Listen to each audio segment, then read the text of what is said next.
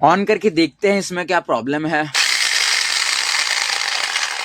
इसका साउंड बहुत ही ज़्यादा खराब आ रहा है। इससे हम अंदाज़ा लगा सकते हैं कि अंदर से इसके गियर स्लिप हो चुके हैं। और यहाँ पर मैं चक को रोटेट कर रहा हूँ पर इसका आर्मेचर रोटेट नहीं हो रहा, तो डाउट ये भी जाता है कि आर्मेचर का टीथ भी स्लिप हो गया होगा। तो हम गियर बॉक्स को ओपन करते हैं और अंदर से चेक करते हैं। हम रिपेयर कर रहे हैं 13 mm ड्रिल मशीन, जिसको DU10 बोला जाता है। इसका यूज़ ज़्यादातर मार्बल और ग्रेनाइट की पॉलिशिंग में होता है। बाकी हम इसका यूज़ लोहे और लकड़ी में सुराख के लिए भी कर सकते हैं। और साथ में हम अगर स्क्रू टाइट करना हो, ओनली टाइट करना, तब भी हम इसका यूज़ कर सकते हैं। ये काफ़ी पावरफुल मशीन आता है। इसका मोटर बहुत ज़्यादा हैवी है। बस इसमें कुछ फीचर्स की कमी है। एक तो क्लॉकवाइज ही ये घूमता है, एंटी क्लॉकवाइज घूमने वाला फीचर इसमें नहीं है। और दूसरा फीचर कि इसके स्विच में वेरिएबल स्पीड वाला सिस्टम नहीं है, ये एकदम फुल स्पीड में रोटेट होता है। बाकी कई ऐसी कंपनियां हैं जिन्होंने इसका अपग्रेडेड वर्जन निकाल रखा है, जिसमें हैमर मोड भी है और एंटी क्लॉकवाइज और क्लॉकवाइज रोटेशन दोनों है, और स्विच में वेरिएबल स्पीड भी है। गियर बॉक्स के सारे स्क्रू हमने ओपन कर लिए हैं। अब गियर बॉक्स को अलग करते हैं। यहाँ पर अंदर की साइड पूरा सिस्टम डैमेज हो चुका है। स्टैंड गियर को बाहर निकालते हैं। इसका ऊपर वाला टीथ तो सही है, पर नीचे वाले टीथ इसके डैमेज हो चुके हैं, पूरे स्लिप हो चुके हैं। कैमरे का फोकस करता हूँ ताकि आप अच्छे से देख सको। तो नीचे वाले टीथ पूरे स्लिप हो चुके हैं, हमें इसको रिप्लेस करना होगा। बेस प्लेट को चेक करें तो ये बेरिंग भी डैमेज लग रहा है। और मेन दिक्कत कि यहाँ पर आर्मेचर के टीथ भी स्लिप हो चुके हैं, तो खर्चा बढ़ेगा, हमें आर्मेचर भी चेंज करना होगा। और इस बेरिंग को भी रिप्लेस करेंगे क्योंकि ये डैमेज भी हो चुका है और बेस प्लेट में ढीला भी है। तो 3 प्रॉब्लम तो हमें मिल गई। एक तो इसका बेरिंग हो गया, एक इसका आर्मेचर हो गया और एक इसका स्टैंड गियर हो गया। अब हम गियर बॉक्स को अंदर से चेक करते हैं। तो जो गियर स्पिंडल में लगा है वो एकदम सही है, अंदर की साइड कोई डैमेज नहीं है। बस इसमें मेटल के छोटे छोटे पार्टिकल्स हैं, तो इसको भी हमें अच्छी तरीके से क्लीन करना होगा। तो प्रोसेस को आगे बढ़ाते हैं। हम बैक साइड से इसके स्विच हैंडल को ओपन करेंगे।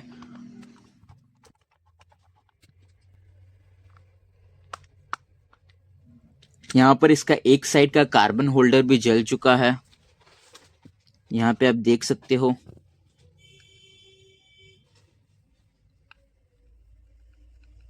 इसको भी हम रिप्लेस कर देंगे।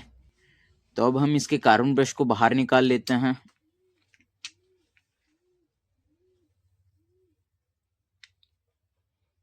ये होल्डर हीटिंग के कारण पूरा पिघल चुका है।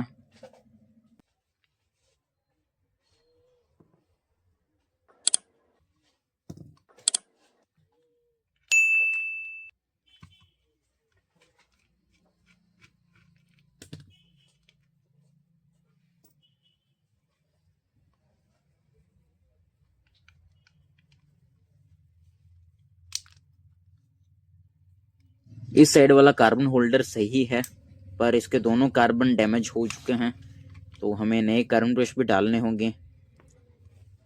कार्बन ब्रश हमने निकाल लिए हैं और अब हम इजीली आर्मेचर को बाहर निकाल सकते हैं।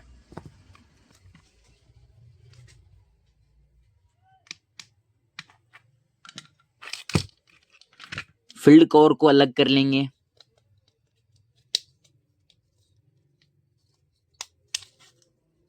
वैसे यहाँ पर आर्मेचर को डबल नुकसान हुआ है, क्योंकि ऊपर से इसके टिथ भी घिस चुके हैं और जो कम्यूटेटर है वो भी पूरा घिस चुका है। आप देख सकते हो इसमें कितना ज्यादा खड्डा पड़ चुका है।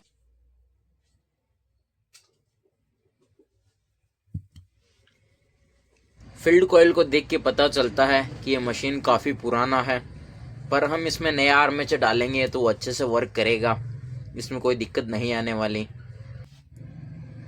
आईजी प्लेट को आर्मेचर से अलग करते हैं और आर्मेचर के दोनों बैरिंग्स को चेक करते हैं क्या ये सही है या इनमें कोई दिक्कत है। आर्मेचर के दोनों बैरिंग सही है, तो अब हमें क्या करना है वो आपको पता ही है। बैरिंग पुलर का यूज़ करेंगे और दोनों बैरिंग्स को बाहर निकाल लेंगे।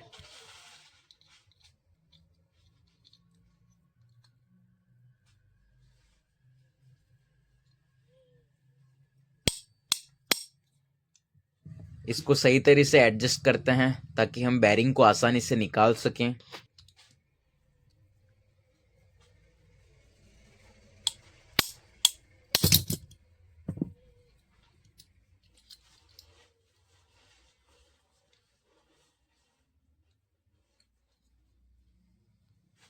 यहाँ पे इस पुलर से काम नहीं होगा, हमें दूसरे छोटे वाले पुलर का यूज़ करना होगा, क्योंकि ये बैरिंग में सही तरीके से एडजस्ट नहीं हो रहा, पकड़ बन नहीं रही, तो बैरिंग बाहर भी नहीं आएगा। तो छोटे पुलर को एडजस्ट करते हैं।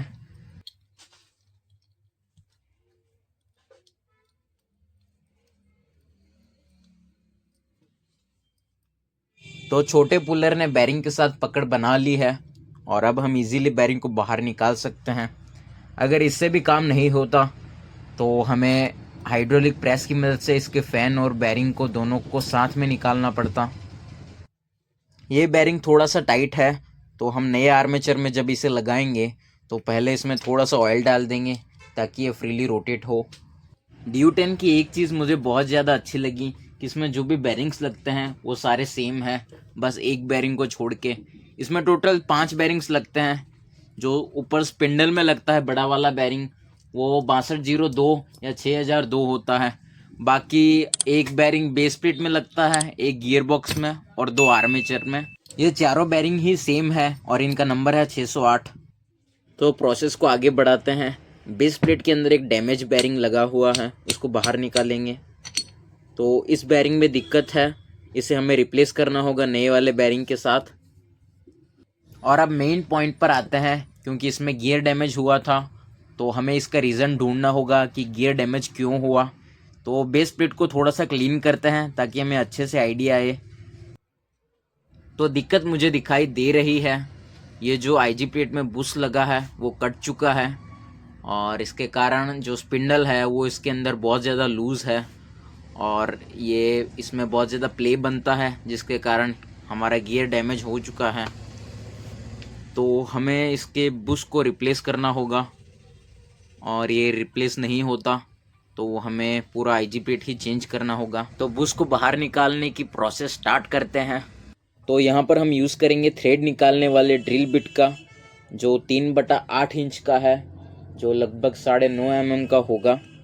तो पहले हम इसके अंदर इसको पूरा टाइट कर देंगे तो ये अपने आप थ्रेड बना के टाइट हो जाएगा और फिर हम हथौड़ी से पीट के इसको बाहर निकाल लेंगे।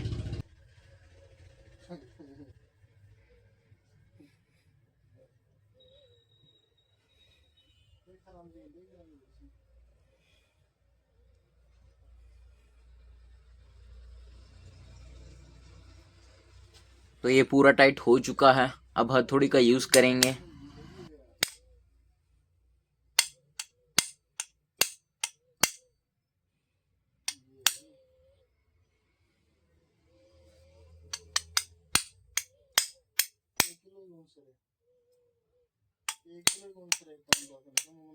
इसको थोड़ा और टाइट करते हैं।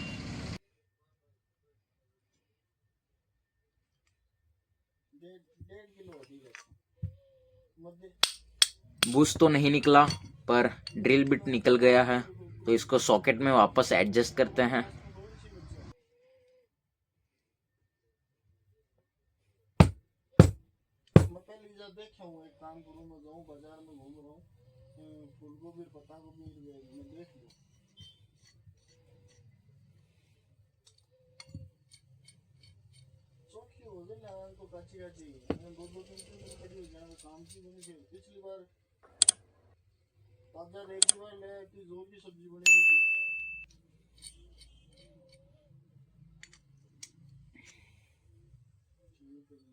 तो ड्रिल बिट सॉकेट में टाइट हो गया है और अब वापस हथौड़ी का यूज़ करेंगे।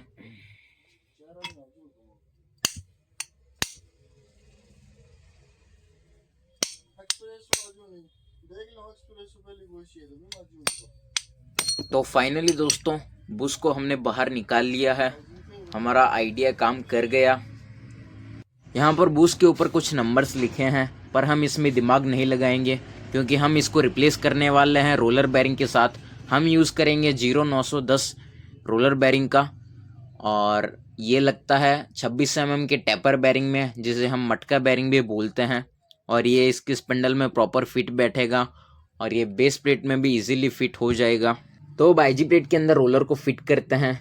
वैसे तो इसको फिट करने के लिए हाइड्रोलिक प्रेस का यूज़ करना चाहिए, पर मैं इसे हथौड़ी की मदद से फिट कर लूँगा। और हम यूज़ करेंगे एक स्पिंडल का।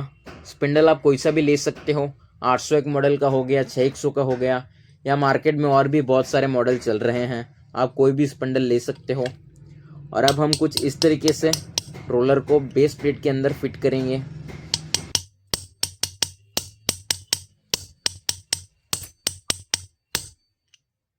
अभी ये थोड़ा अंदर गया है, हम प्रोसेस को जारी रखेंगे।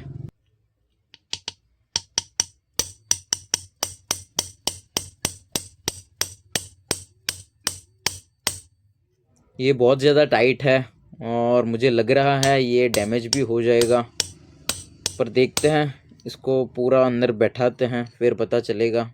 क्योंकि अभी तो ये रोटेट हो रहा है, इसके छर्रों में कोई दिक्कत नहीं है।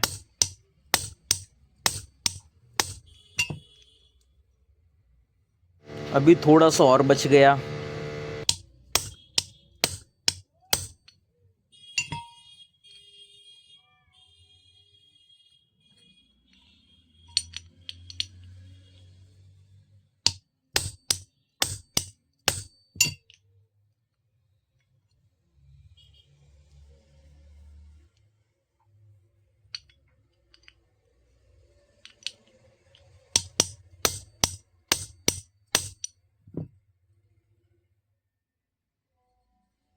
तो दोस्तों, जिस चीज़ का डर था वैसा ही हो गया।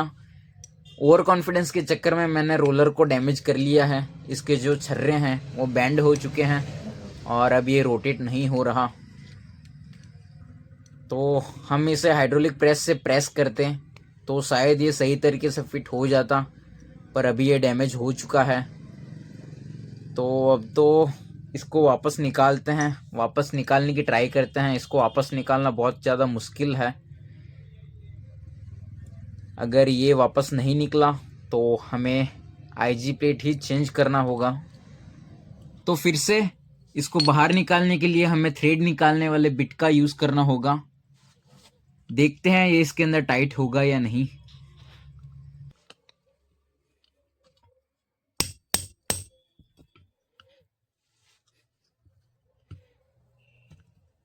तो यहाँ पर ये जुगाड़ काम नहीं आएगा, हमें इसका आईजी प्लेट चेंज ही करना होगा।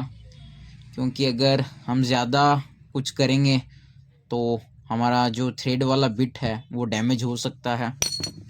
तो अब सिंपल ऑप्शन है, आईजी प्लेट को चेंज करेंगे।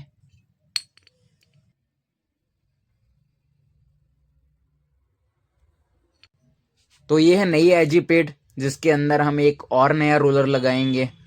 पर इस बार मैं हथौड़ी का यूज़ नहीं करूँगा, मैं हाइड्रोलिक प्रेस का यूज़ करने वाला हूँ। क्योंकि आपने पीछे देखा ही, मैंने एक रोलर को डैमेज कर लिया है और जिसके कारण हमें आईजी प्लेट चेंज करना पड़ रहा है।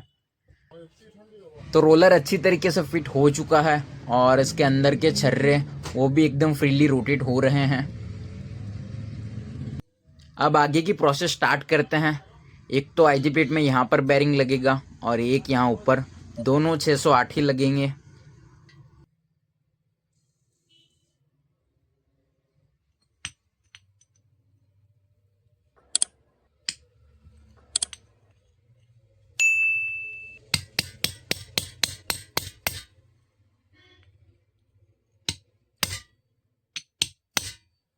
आर्मेचर वाला बैरिंग लग गया है और अब बेस प्लेट के ऊपर की साइड भी बैरिंग को फिट कर देंगे। ये बैरिंग थोड़ा टाइट है तो हम इसमें ऑयल डालकर इसको फ्री कर लेंगे। तो अभी ये सही है और अब इसको आईजी प्लेट में फिट कर देंगे।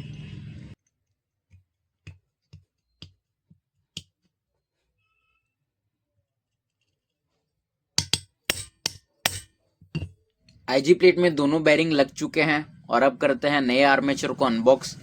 ये है DU10 का आर्मेचर जो पावरटेक्स कंपनी का है।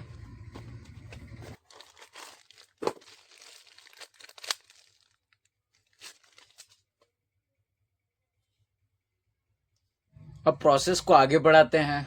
आर्मेचर को आईजी प्लेट के साथ अटैच करेंगे।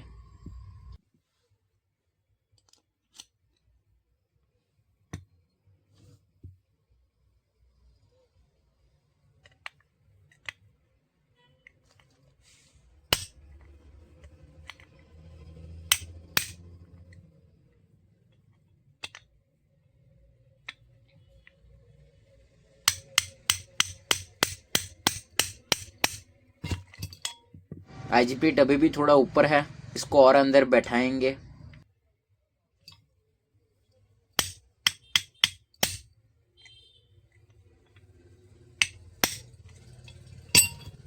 आर्मेचर में आईजी प्लेट अच्छे से फिट हो चुका है और अब हम आर्मेचर का बैक साइड वाला बैरिंग है उसको फिट करेंगे। हमने एक बैरिंग रिजेक्ट किया था तो उसकी जगह हमें एक नया बैरिंग का यूज़ करना होगा और हम बैक साइड वाले पार्ट में नए वाले बैरिंग का यूज़ कर रहे हैं। आर्मेचर फ्रीली रोटेट हो रहा है तो फिटिंग्स में कोई दिक्कत नहीं है। अब अगले स्टेप पर जाते हैं। अब हम फील्ड कॉइल के ऊपर पहले इस प्लास्टिक कवर को लगा देंगे और अब आर्मेचर को बॉडी के अंदर डालते हैं।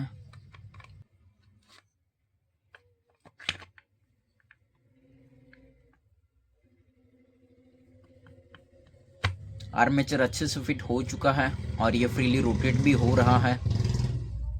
और अब बारी है गियर बॉक्स की, पर उसे फिट करने से पहले हमें उसे अच्छे से क्लीन करना होगा क्योंकि उसमें छोटे छोटे मेटल के पार्टिकल्स हैं जो नए गियर को डैमेज कर सकते हैं। तो यहाँ पर ये अच्छे से क्लीन हो गया है और जो ये स्टैंड गियर था जो डैमेज हो चुका है उसको हम नए वाले के साथ रिप्लेस करेंगे।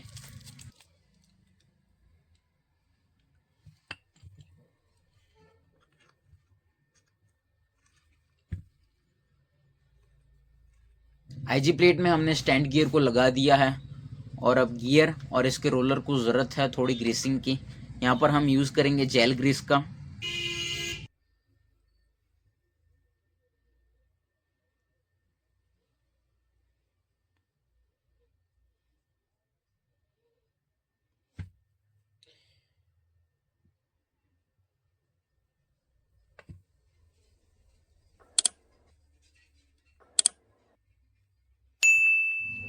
गियर बॉक्स के अंदर भी हम थोड़े से जेल ग्रीस का यूज़ करेंगे ओनली गियर के ऊपर।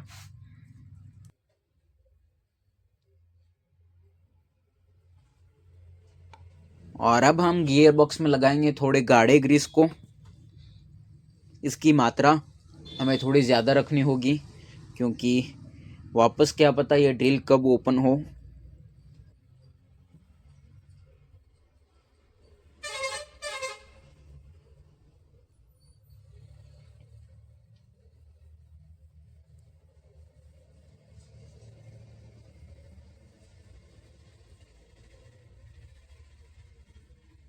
यहाँ पर अच्छे से ग्रीसिंग हो चुकी है और अब गियर बॉक्स को फिट करते हैं।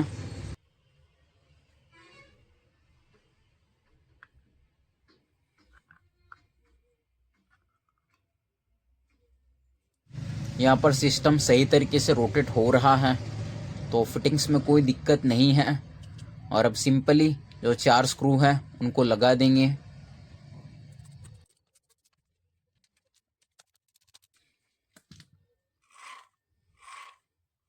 यहाँ पर लगभग सारी फिटिंग्स हो चुकी है, बस बाकी है तो बैक साइड की फिटिंग्स। यहाँ पे मुझे एक छोटी सी दिक्कत दिखाई दे रही है जो इसके स्विच के ट्रिगर में है, ये बहुत ज़्यादा हिल रहा है। और दूसरी दिक्कत है कि इसका एक कार्बन होल्डर जला हुआ है तो हमें एक कार्बन होल्डर को रिप्लेस करना होगा नए वाले के साथ जो आपके सामने है। और ये है नया स्विच। तो सबसे पहले हम स्विच को अटैच करेंगे। यह भी कोई बड़ा काम नहीं है, बस जो पुराने स्विच में 2 वायर अटैच हैं इनको सेम इस स्विच के साथ अटैच कर देंगे वैसे के वैसे ही।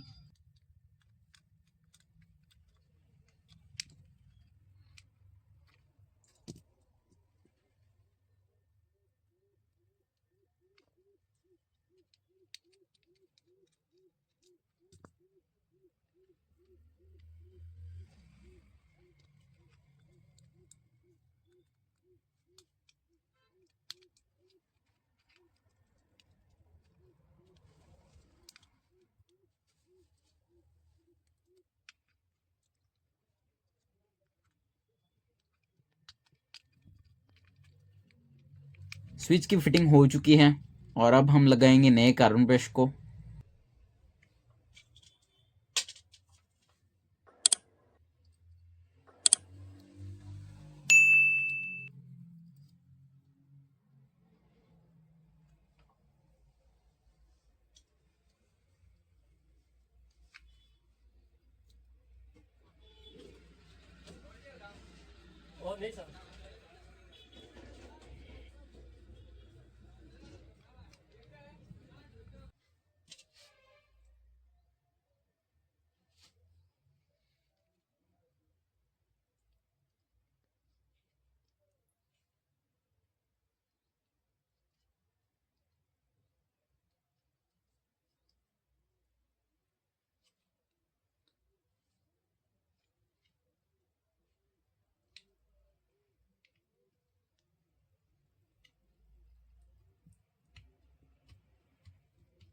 कार्बन ब्रश हमने लगा दिए हैं और यहाँ पर एक दिक्कत और दिखाई दे रही है, जो है इसका केबल। ये भी जो क्लिप है उसके अंदर लूज है, तो केबल बहुत ज़्यादा हिल रहा है। वैसे इस दिक्कत को हम छोड़ भी सकते हैं, पर हमने इतना इसको रिपेयर कर लिया है तो इस दिक्कत को क्यों छोड़ें।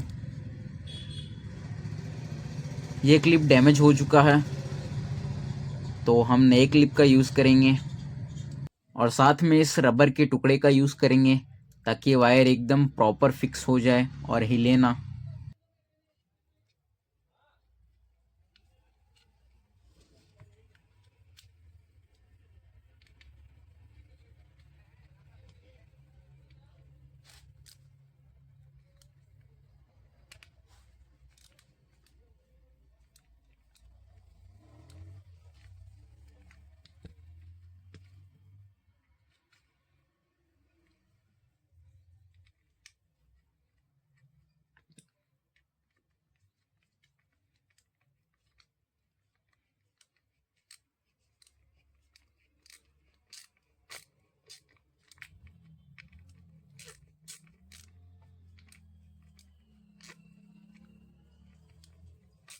तो ये दिक्कत भी हमने दूर कर दी है और अब वायर को थोड़ा एडजस्ट करके जल्दी से इसके स्विच हैंडल को पैक करते हैं।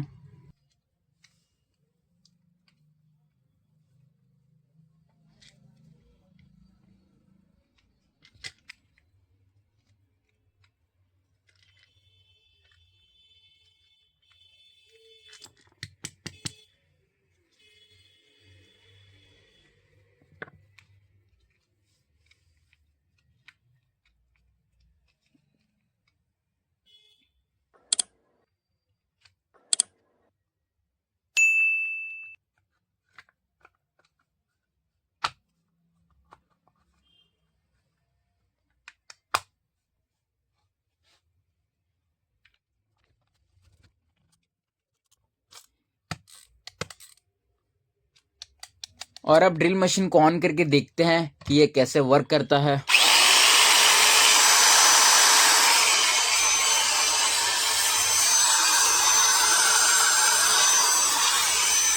तो रिजल्ट आपके सामने है। मिलते हैं नेक्स्ट वीडियो में नई रिपेयरिंग के साथ।